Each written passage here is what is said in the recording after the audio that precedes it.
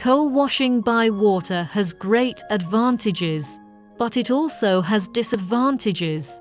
After coal washing, it will produce a lot of waste water, and many components in the raw coal will fall into the water. Water washing coal ball press in the production process. To ensure the output value and ball quality, water washing coal particle size requirements in the range of 90 to 260 mesh. Coal powder is not allowed with high hardness impurities, otherwise it will damage the surface of the roll.